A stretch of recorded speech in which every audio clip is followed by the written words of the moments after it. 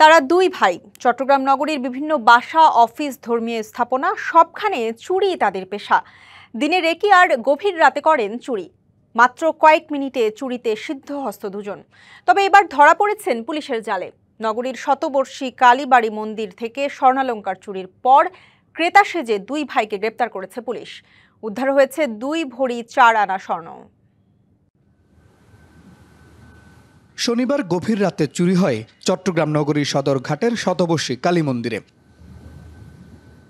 মন্দিরের উপরে মাত্র 1 ফিটের কাচের ভেন্টিলেটর ভেঙে চুরি করা হয় স্বর্ণালংকার। এর মধ্যে আছে মূর্তির মাথায় থাকা প্রতিটি 4 ভরি ওজনের একটি স্বর্ণ ও একটি রূপার মুকুট, কানের দুল, লকেট সহ চেইন। দানবাক্স ভেঙে নিয়ে যায় টাকাও।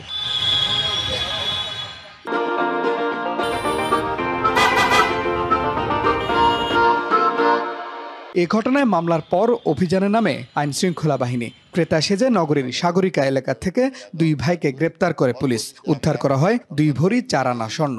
যে মন্দির থেকে যে স্বর্ণালংকারগুলো চুরি করা হয়েছে এগুলি একটা দোকানে তারা বিক্রি করবে, তখন আমরা নিজেরাই ক্রেতা সেজে আমরা তাদের একজনকে ধরতে সক্ষম হই। পুলিশ বলছে গ্রেপ্তার আরমান ও আবুল হোসেন 2 ভাই পেশাদার চোর। দিনে রেকি আর রাতে করেন চুরি।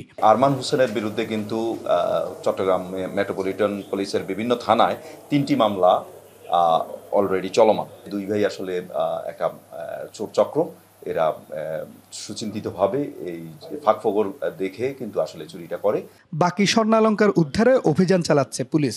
খোয়া গেছে হচ্ছে যে 2টা মুকুট, একটা সোনার, একটা রূপার।